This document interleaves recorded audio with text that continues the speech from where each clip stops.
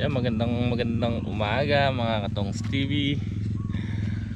So, yan, kagabi nga po naputol na yung vlog natin doon sa plaza. So, muli po ako nagpapasalamat po ng marami kila Tita Cora sa kanyang anak na si Sir North at kay Tito. Yan. Salamat po sa walang sawa kanyang pagsuporta sa amin. So yun, galing nga po ako kila Sir Adrian kahapon. Tapos hindi ko nga po alam na nagpadala si Tita Cora. So nabasa ko lang nung pag-uwi ko. At yun, grabe, maraming salamat po muli. Andito nga po ako sa Laon. Tinitingnan natin yung palay. Lalaki na nga po So ayan, shoutout din po kay sa tita ni Sir Adrian tatapusin lang po namin tong mga program ng mga bata. Kasi ngayon lakad parol, tapos bukas Christmas party ata.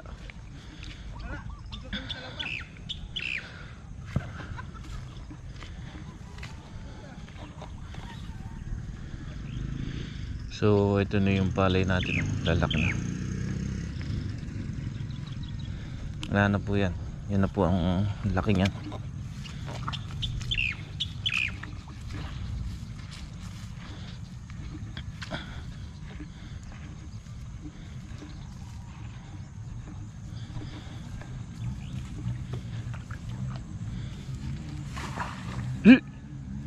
Ruden,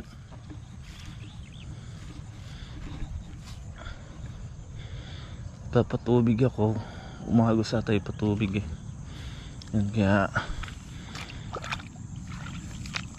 titignan natin. Ruden, nangabayo ka na naman ng palay.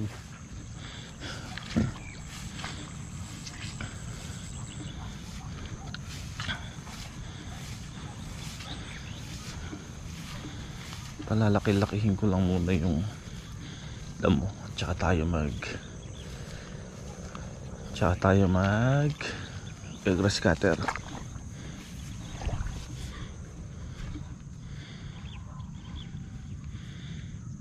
Ayan talagang maganda kasi yung ginawa natin dito, kaya hindi ganong tinubuan ng damo. Isang beses lang ako nagbomba ng pandamo nung bago ko po pinatubigan to. Nag-spray po ako ng Piancor sa edad niya na 10 days mula nung pagkasabog. 10 days nag-spray akong pandamo. Then nagpalipas lang ako ng isang araw, pinatubigan ko na, tapos inilubog ko malakas ang naging tubig kagabi, kaya umagos dito. Ngayon kasi tuyo yung patubig, kaya umabot na rito yung tubig. So yun nga po, nilubog ko to. Kung nakita nyo po sa last vlog, yung mga previous video natin, nilubog ko, maapaw. Tapos isang araw yon. After nun, sinanapan ko na ng tubig at saka ako nagsabog ng pataba.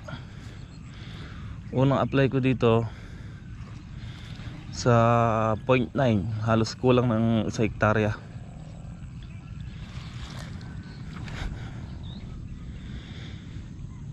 Ang unang in-apply ko dito mga katongs ay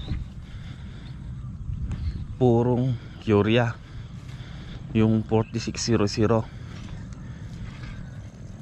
Ano po yun Dalawang bulto lang. Unang sabog. Tapos sa edad naman po ng ano yun, 12 days. Then pagtungtong niya ng 20 days, sinabugan natin ng dalawa uli. Dalawa at kalahati na pala. Sinabugan natin ng dalawa at kalahati na halo na po yun. Isa at kalahating di 6.20 at saka isang puro na triple 14. Bali dalawa at kalahating sako.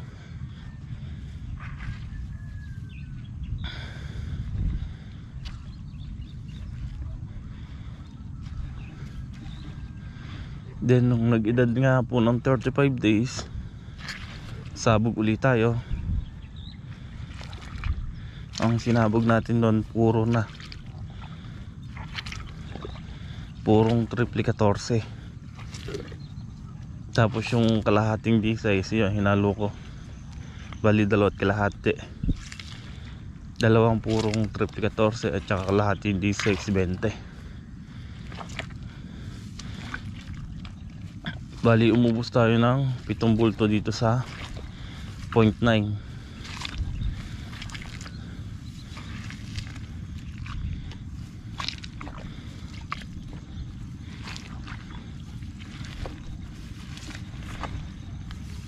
Tapos ayan, inaalagaan natin ng spray sa insekto. Kaya ayan, makinis yung dahon. Ito yung tanim na hybrid. Lalaki ng puno.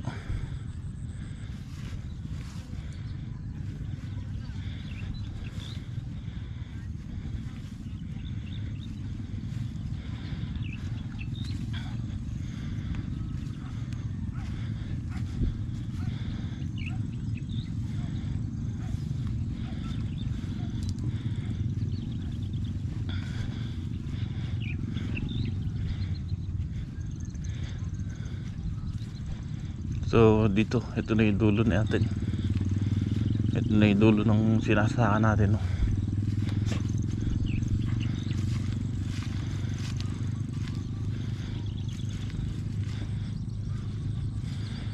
Ulitin ko itong sprayan pagka nagbubuntis na.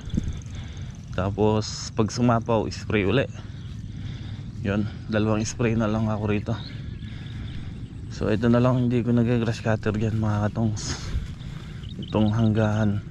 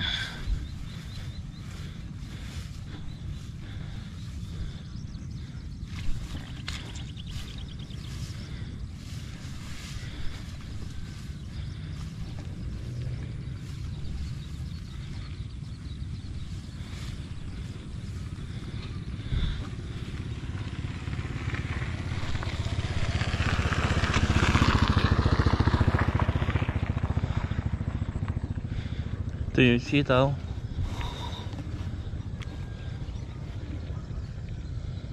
Mamaya isprayan ko ng pang-uod.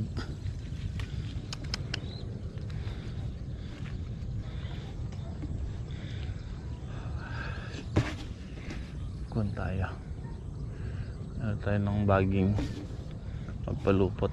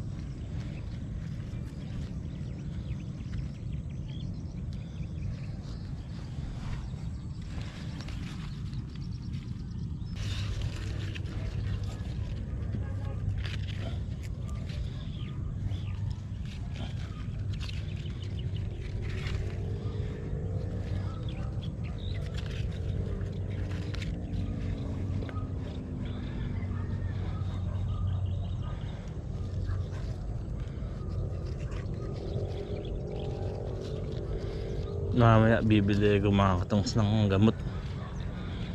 Sarili, yung panggulay. Maraming uod.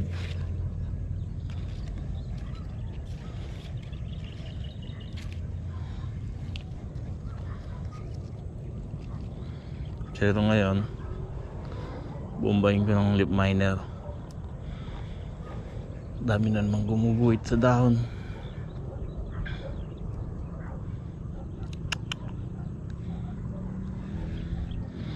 Ayun.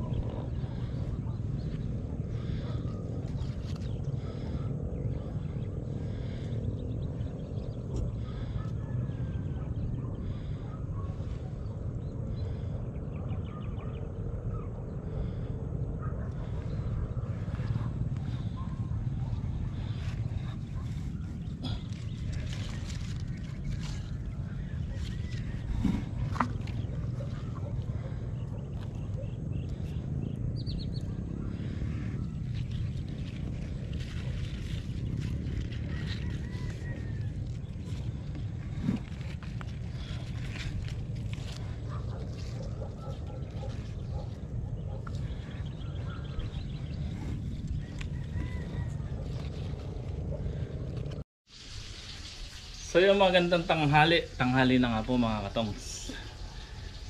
Palikaw-uwi ko lang, punta akong bayan. So bumili ko ng pang spray natin sa sitaw, yung gamot at saka pataba. Ipapataba ko rito sa may huling tanim natin. Ito, 1 kilong yara lang naman po, kasya na to sa isang diretso dito sa harap. Ito po yung pinapataba ko, yara sa basal. So nagkamali nga tayo dun nung sa D620 na ikarga natin. So doon kasi sa malalaki D620 po yung ganito po yung pinataba ko ron. Unique 16, unang pataba at saka pangalawa. So ito magagamit natin sa una at saka pangalawa. Pagka lipas nun, yun, kakarga natin ng triple 14 at saka potas. So nakita nyo naman po yung talab, di ba? Bumili ko nito, Magnum. Ito panggulay ko po ito talaga.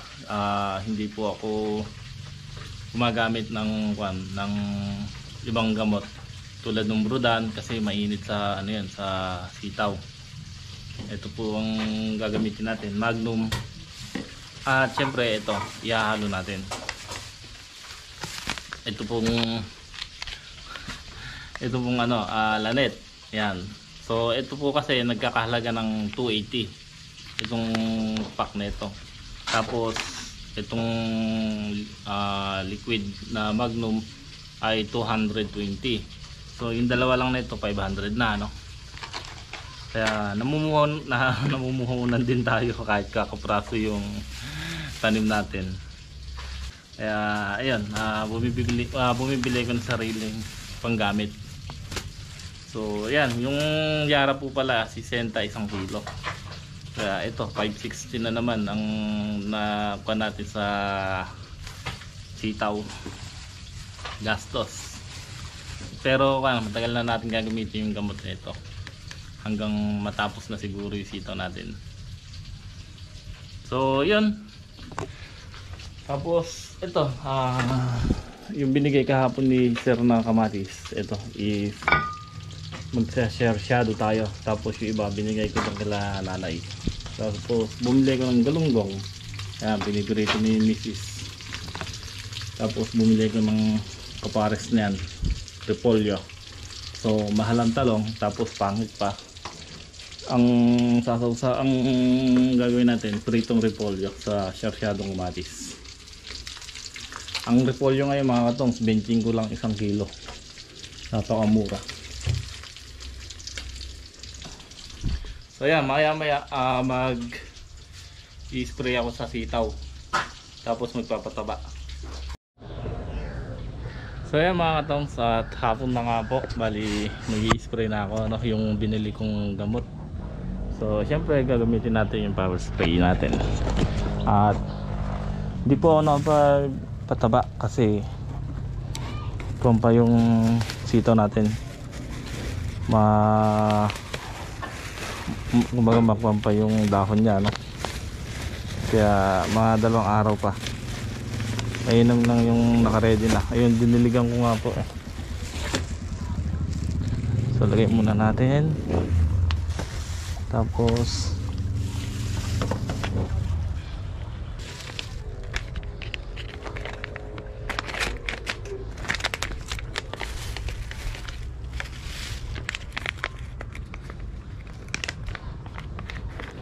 so ito yung gagamitin natin, yung lanet. Pang lanet po, pang sitaw talaga yan, ano. So isang scoop,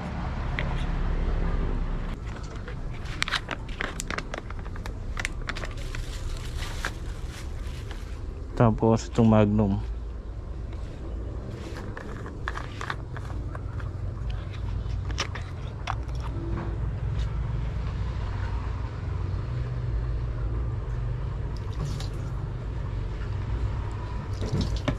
Dalawa. So mamaya na natin tatabihan.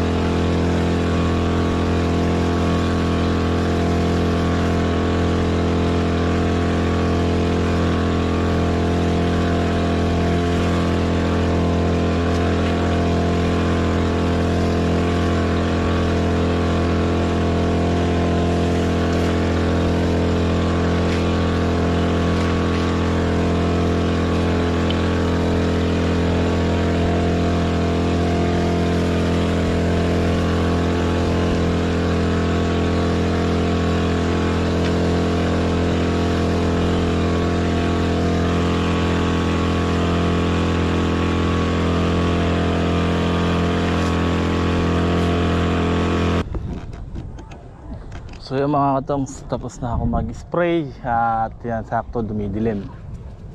Bukas na umaga, sprayan ko naman ng pang lip miner, yung Trigard.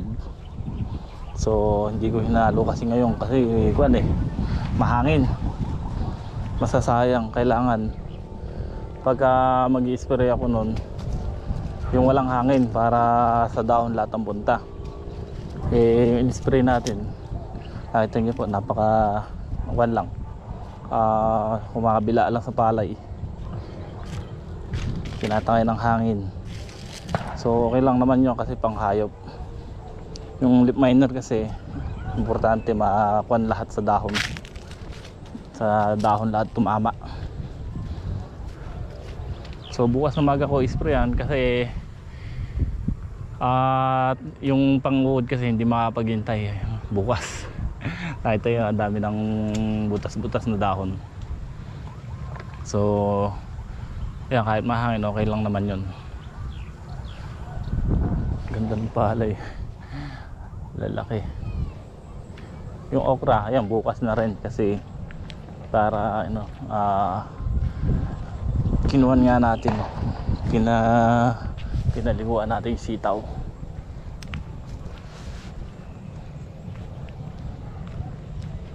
Marami na pong bulaklak.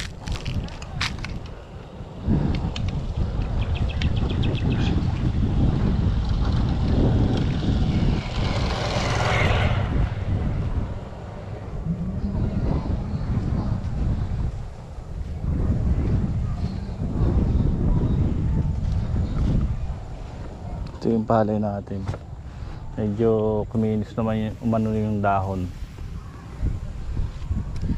So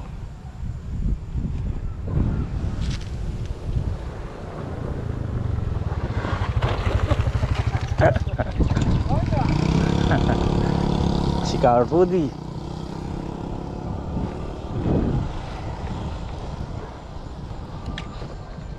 Yung mga katongs, ayan, dahil tapos tayo mag-spray, kain tayo. Dami. Tara na, kain. Ayan po yung ulam na niluto kanina, yung binili pala, yan niluto. Repolyo, galunggong at saka ginsang kamatis. Ayan, kain po tayo mga katongs. Hapunan, kakamay lang ako. Kaya na. Why na? Ha? Bang kaya yan ng isda? Kain tayo mga katongs. Napagod mag-jambuat daw. Kaya na.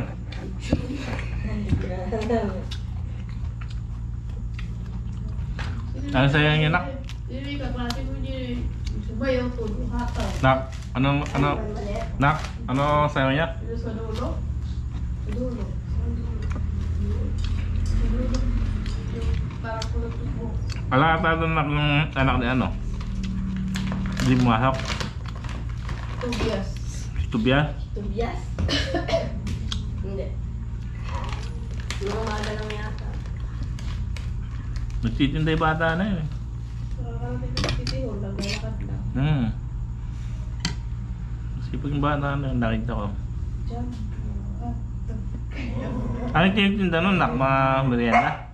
Ano ata? Puto. Puto ata. Hindi nagtitinda sa room niya?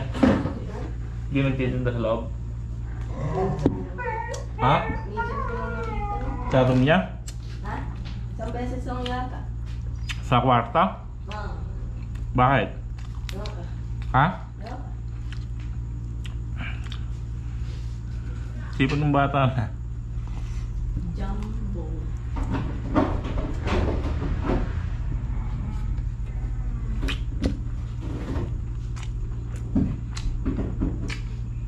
Nak, bawal mo. May hirapin to. Sarado mo yung gate. Bawali ko. Palabasin ko doon. Buksan mo, palabasin ko. Saan may gate doon?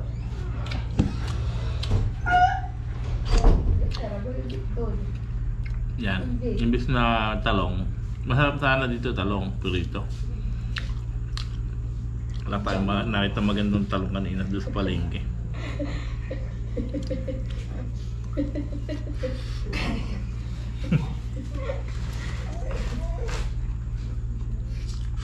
mo pa ako. Painin ko dyan. Mahal ba ma? Oo. Ha? Oo, yung lamig check ko. Good din. Kinakain ko na ng isdang buo yan eh. Ito talaga.